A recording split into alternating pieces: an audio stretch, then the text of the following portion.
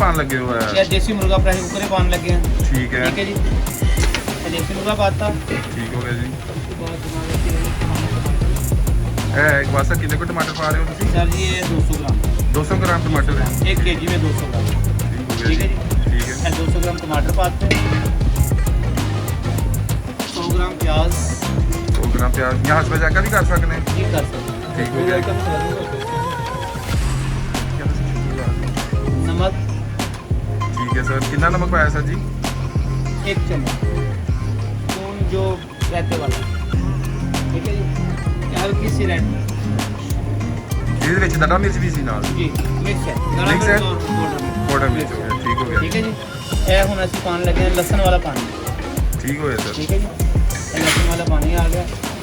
मतलब जो लहसुन नहीं पाया तो लहसुन वाला पानी पाता है। ऐसे प्रेशर कुकर बंद करना है। ठीक हो गया सर। प्रेशर कुकर कितनी देर ਤੁਸੀਂ ਲਾ ਕੇ ਰੱਖੋਗੇ? Sir 15 minute. 15 मिनट जी ठीक हो गया जी। 15 मिनट बाद प्रेशर कुकर लगा ओके प्रेशर कुकर बंद।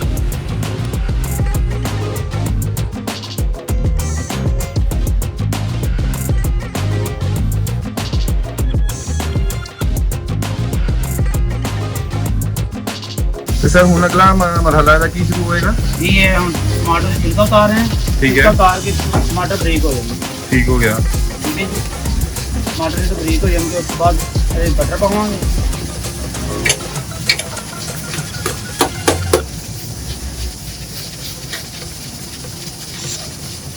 वीर तू पीछे तक की खलोका करना पे है हैं? की देखने है उस्ताद ऐसे की देगा सर जी ਤੁਹਾਡਾ? हाँ जी। अच्छा मैं देख रहे तो स्वाद में कितना बना रही चाहिए।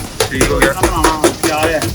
अच्छा अच्छा अच्छा सर इस तरह ਤੁਸੀਂ ਕਮਚੇ ਨੂੰ ਕਿੰਨੀ ਦੇਰ ਤੱਕ ਕਰਦੇ ਰਹਿਣਾ ਹੈ? ਚਲਾਉਂਦੇ ਰਹਿਣਾ ਤੇ ਕੁੱਟਦੇ ਰਹਿਣਾ? धीरे धीरे टमाटर ब्रेक होंगे। अच्छा। 1 मिनट। 1 ਮਿੰਟ ਐਸਾ ਟਮਾਟਰ ਤੁਸੀਂ ਮੈਸ਼ ਕਰਨੇ ਆ ਬਸ? ਠੀਕ ਹੋ ਗਿਆ। ਜ਼ਰੂਰੀ ਇਹ ਨਹੀਂ ਹੈ ਕਿ ਅਸੀਂ ਟਮਾਟਰ ਵੈਸੇ ਸਾਡਾ ਡਿਜ਼ਾਈਨ ਨਹੀਂ ਹੈ ਲੇਕਿਨ ਅਸੀਂ ਟਮਾਟਰ ਬਰੀਕ ਕਰਨਾ। ਠੀਕ ਹੋ ਗਿਆ ਜੀ। ਹੁਣ ਐਕਚੁਅਲੀ ਜਿਹੜਾ ਟਾਈਮ ਜਿਹੜਾ ਤੁਹਾਡਾ ਸਰਫ ਹੋਣਾ ਉਹਦੇ ਉੱਤੇ ਹੋਣਾ ਹੈ, ਇਹਨੂੰ ਹਿਲਾਉਂਦੇ ਰਹਿਣਾ ਤੇ ਇਹਨੂੰ ਪਕਾਉਂਦੇ ਰਹਿਣਾ। ਠੀਕ ਹਲੇ ਇਹਦੇ ਵਿੱਚ ਹੋਰ ਚੀਜ਼ਾਂ ਵੀ ਪੈਣੀਆਂ? ਜੀ ਬਿਲਕੁਲ। ਪਾਣੀ ਖੁਸ਼ਕ ਹੋਏਗਾ ਉਸ ਤੋਂ ਬਾਅਦ ਬਟਰ ਪਏਗਾ। ਠੀਕ ਹੈ। ਬਟਰ ਦੀ ਭੁਨਾਈ ਹੋ ਜਾਏਗੀ ਫਿਰ ਉਸ ਤੋਂ ਬਾਅਦ ਦਹੀਂ ਪਾਓ। ਅੱਛਾ ਅੱਛਾ ਦਹੀਂ ਵੀ ਪੈਂਦਾ ਹੈ? ਜੀ ਜੀ। ਤੇ ਦਹੀਂ ਤੋਂ ਇਲਾਵਾ ਵੀ ਕੋਈ ਚੀਜ਼ ਅਸੀਂ ਕਦੀ ਪਾਈ ਦਾ ਮਤਲਬ ਅਸੀਂ ਕਰੀਮ ਸ਼ਰੀਮ ਪਾਣੀ ਹੋਵੇ ਤੇ? ਨਹੀਂ ਬਟਕੜੇ ਦੀ ਜੋ ਰੈਸਪੀ ਹੈ ਨਾ ਹਾਂਜੀ ਉਹ ਦਹੀਂ ਪਾਈ ਦੀ ਹੈ ਵਰਨਾ ਲੋਕ ਕਰੀਮ ਵੀ ਪਾਉਂਦੇ ਨੇ। ਅੱਛਾ। ਉਹ ਫਿਰ ਟੇਸਟ ਜਿਹੜਾ ਹੁੰਦਾ ਨਾ ਉਹਦਾ ਉਹ ਟੇਸਟ ਨਹੀਂ ਰਹਿੰਦਾ ਜੋ ਅਸੀਂ ਬਣਾਉਣਾ ਚਾਹ ਰਹੇ ਹਾਂ। ਸਾਡਾ ਜਿਹੜਾ ਦੇਸੀ ਤਰੀਕਾ ਨਾ ਉਹ ਹੈ।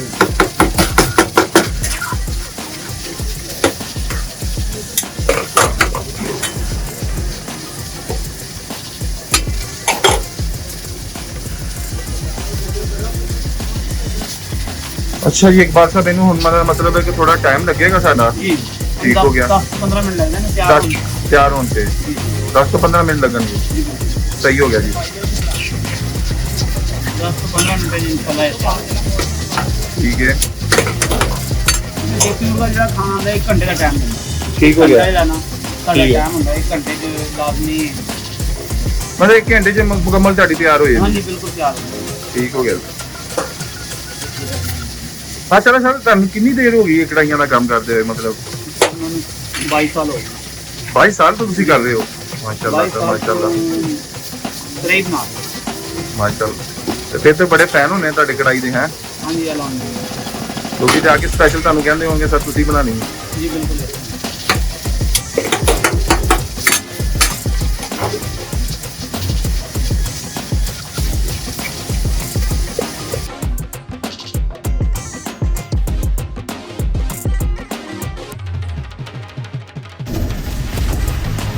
लो जी जनाब इकबाल साहब है साडा देसी मुर्गे ते सर हुण ਇਹਦੇ ਵਿੱਚ ਤੁਸੀਂ ਕੀ ਐਡ ਕਰਨ ਲੱਗੇ ਹੋ? देसी घी। देसी घी ਅਸੀਂ ਐਡ ਕਰਨ ਲੱਗੇ ਹਾਂ।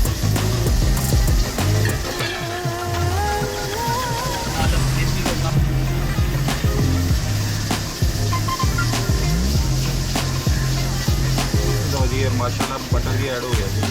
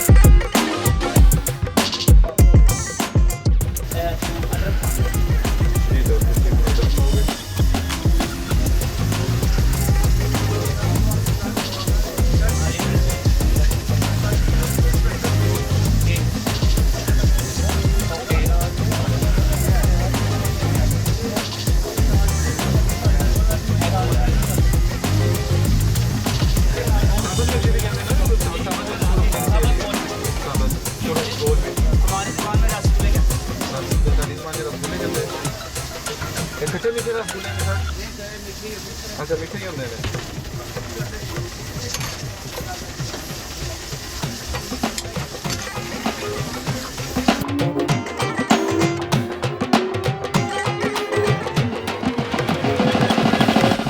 लगेंगे इंशाल्लाह जी बुनाई करके फिर उसके बाद दही पावांगे ठीक है दही पाने तो बाद अभी बुनाई करके दही तैयार हो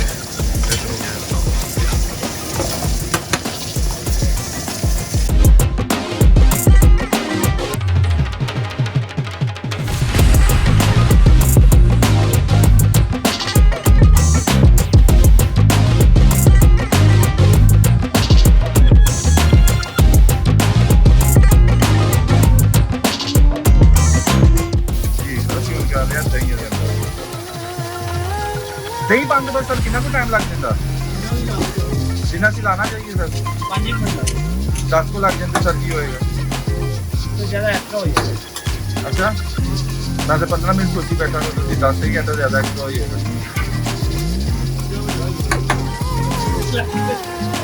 इकबाल सर ये मतलब अगर कि ज़्यादा को टाइम लग जाए जिसे मुर्गा फुल तो नहीं जाता नहीं फुल जाता वो पता लगे किलो की 1.5 किलो होगी थले ही बना जाता उससे नहीं आता कटता है बंदा नहीं है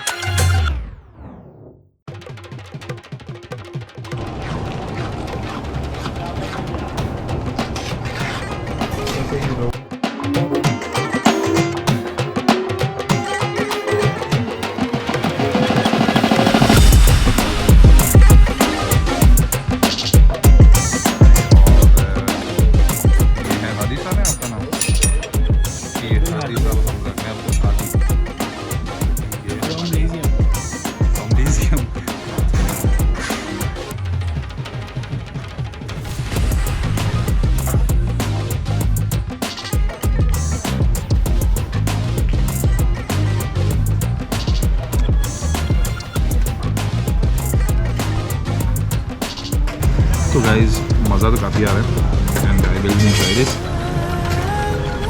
बहुत अच्छा खाना है इनका बार बार साथ